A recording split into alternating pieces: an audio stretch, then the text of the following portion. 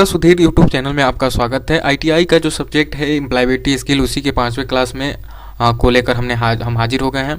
इस 5वें क्लास में हम आगे पढ़ेंगे एम्प्लॉयबिलिटी स्किल के इंपॉर्टेंट टॉपिक को।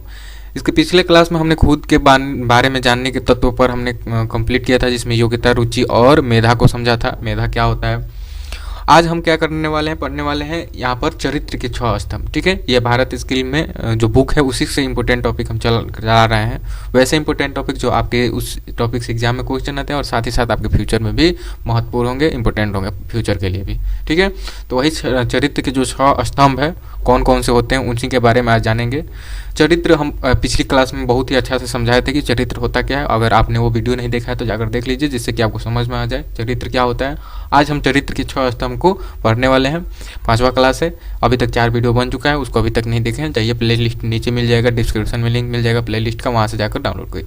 और भारत स्किल का बुक अभी तक डाउनलोड नहीं किया है तो डिस्क्रिप्शन में आपको लिंक मिल जाएगा, जाकर वहाँ पर भारत स्किल का जाकर बुक डाउनलोड कर लीजिए, क्योंकि उसी बुक से हम यहाँ पर क्लास चल रहा है। ठीक है, जितने भी भारत स्किल के इंपॉर्टेंट टॉपिक हैं उन्हीं पर डिस्कस किया जा रहा है। तो ये अभी पहला क्लास मतलब पहला चैप्टर चल रहा है, व्यवहार कौशल, बिहेवियरल स्किल।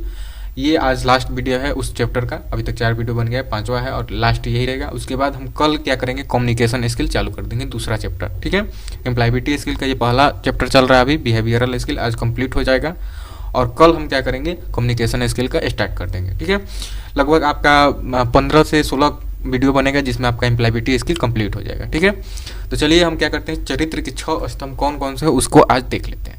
चरित्र के 6 स्तंभ आपके इस प्रकार है। पहला है विश्वसनीयता, समान, जिम्मेदारी, निष्पक्षता, प्रवाह करना और नागरिकता। ये 6 जो स्तंभ है इसी से आपके चरित्र बनता है। इसमें से एक भी कमी हो गया तो आपका चरित्र अच्छा नहीं कहलाएगा। मतलब अगर आपको अच्छा चरित्र बनाना है तो आपको ये 5-6 चीज़ होना ही चाहिए, 6 स्तंभ होना ही चाहिए। ठीक है, ये क्या क्या होते हैं एक एक करके हम देख लेते हैं। सबसे पहले हम विश्वसनीयता को देखते हैं। किसी व्यक्ति के अंदर ईमानदारी, सच्चाई, स्पष्टवादिता ही विश्वसनीयता कहलाते हैं। अगर किसी व्यक्ति के अंदर, ठीक है, ईमानदारी है, वो व्यक्ति उसके अंदर ईमानदारी है, वो सच्चा है, झूठ नहीं बोलता है, सच्चाई उसके अंदर, स्पष्टवादिता है, जो भी बोलता है स्पष्ट रूप से बोलता है, उसके अंदर कुछ छुपा नहीं रहता है, तो वही विश्वसनीयता कहलाता है। ये तीनों चीज़, ईमानदारी, सच्चाई, स्पष्टीकरण जिसके अंदर है उसके अंदर विश्वसनीयता है। और जब विश्वसनीयता आ गया तो चरित्र का एक स्तंभ आपको मिल गया। ठीक है, आगे देखते हैं। सम्मान, सम्मान क्या होता है, किसी भी जेंडर, कोई भी जेंडर हो, रंग हो, सामाजिक स्तर हो, जाति हो, ठीक है, जाति इत्यादि सभी प्रकार के लोगों के प्रति आदर प्रकट करना या सभी को योग्य समझना तथा उनकी यहाँ पर लिखिएगा उनकी, ठीक है, उनकी गरिमा और मूल्य को ठेस ना पहुंचाना सम्मान कहलाता है। अगर आप जेंडर के हिसाब से, रंग के हिसाब से, सामाजिक स्तर और जाति के हिसाब से भेदभाव नहीं कर रहे हैं, ठीक है, और सभी व्यक्ति को योग्य समझ रहे हैं, इलेक्ट्रीशियन, फीटर एक समान है, मतलब इस पर नहीं झगड़ा कर रहे हैं कि फीटर है तो उसको कम जानकारी होगा, इलेक्ट्रीशियन है तो हम ज़्यादा पढ़ेंगे, ऐसा कुछ नहीं होता है। सब व्यक्ति योग्य होता है।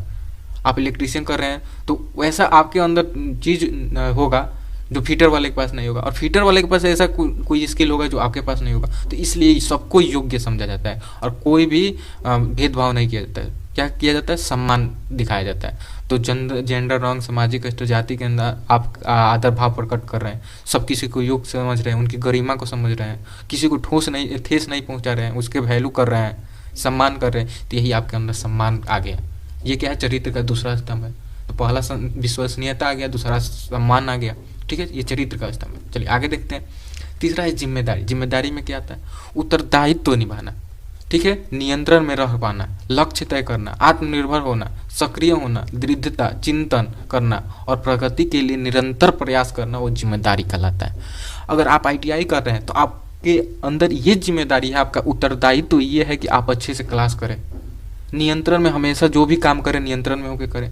आप एक लक्ष्य बनाइए कि हाँ, हम आईटीआई करने के बाद हमको रेलवे में जॉब ले लेना है, तो वो आपका लक्ष्य तय हो गया।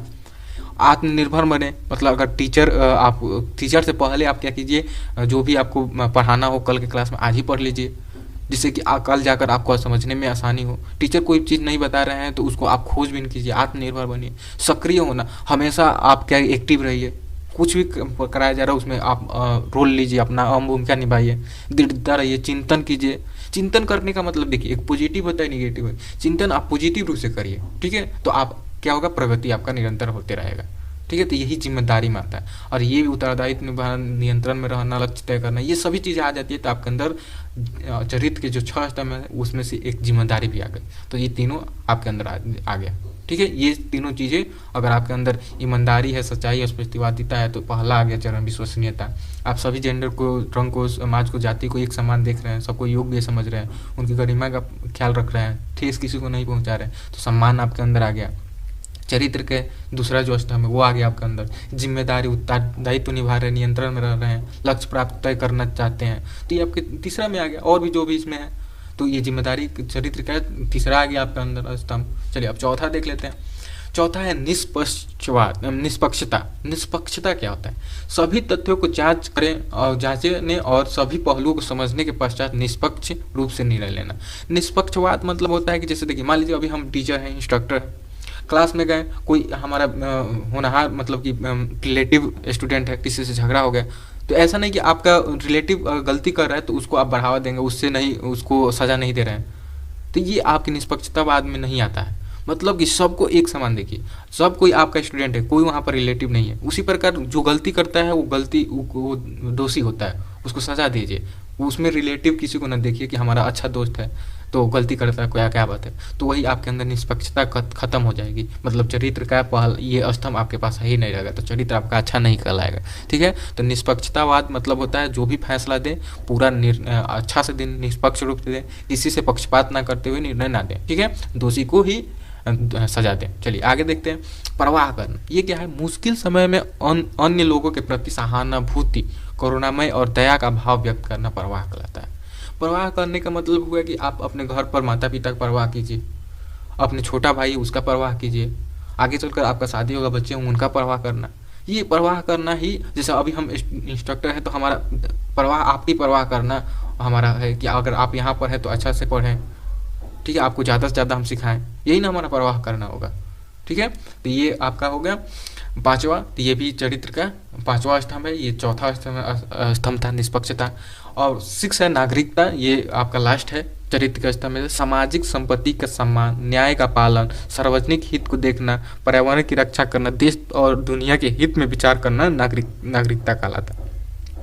कोई भी सामाजिक संपत्ति है उसका नुकसान नहीं पहुंचा रहे हैं, उसका सम्मान कर रहे हैं, न्याय का पालन कर रहे हैं, जो भी कानून बनाए उसका पालन कर रहे हैं, सामाजिक हित में देख रहे हैं, जो भी सामाजिक हित में आपसे कार्य हो रहा है उसको कर रहे हैं, पर्यावरण की रक्षा कर रहे हैं, देश दुनिया के हित के बारे में विचार कर रहे हैं, वही आप, तो आप एक सच्चे नागरिक हैं, आपके अंदर नागरिकता है उस देश के प्रति, ठीक है। तो ये 6 स्तंभ है, ये बहुत ही जरूरी होता है आपके चरित्र को बनाने के लिए, ठीक है। तो आज आप देखिए कि आपके अंदर इनमें से कौन सी चीज़ स्तंभ आपके अंदर नहीं है, क्यों नहीं है, उसका सुधार कीजिए, ठीक है। और आगे भी चलकर आपको इन 6 स्तंभ का पालन करना है। आपके अंदर विश्वसनीयता, सम्मान, जिम्मेदारी, निष्पक्षता, परवाह करना और नागरिकता जरूर होना चाहिए। अभी हम सब एक एक करके समझे।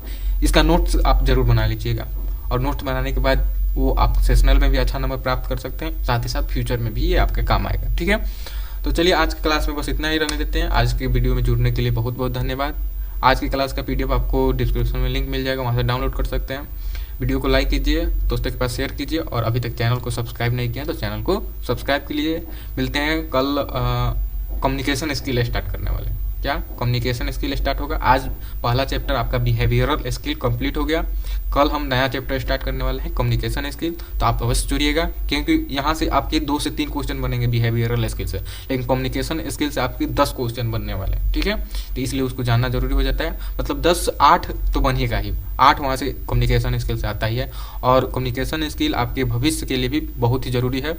कम्युनिकेशन, आप कैसे बॉडी लैंग्वेज बनाना है, कैसे किसी से बात करना है, कैसे अपनी जानकारी को समझ किसी के पास पहुंचाना है, कब मिसकम्युनिकेशन हो जाता है, ठीक है। ये सभी जानकारी हम लेंगे अगले वीडियो में, स्टार्ट करेंगे कम्युनिकेशन स्किल। तो तब तक के लिए जय हिंद।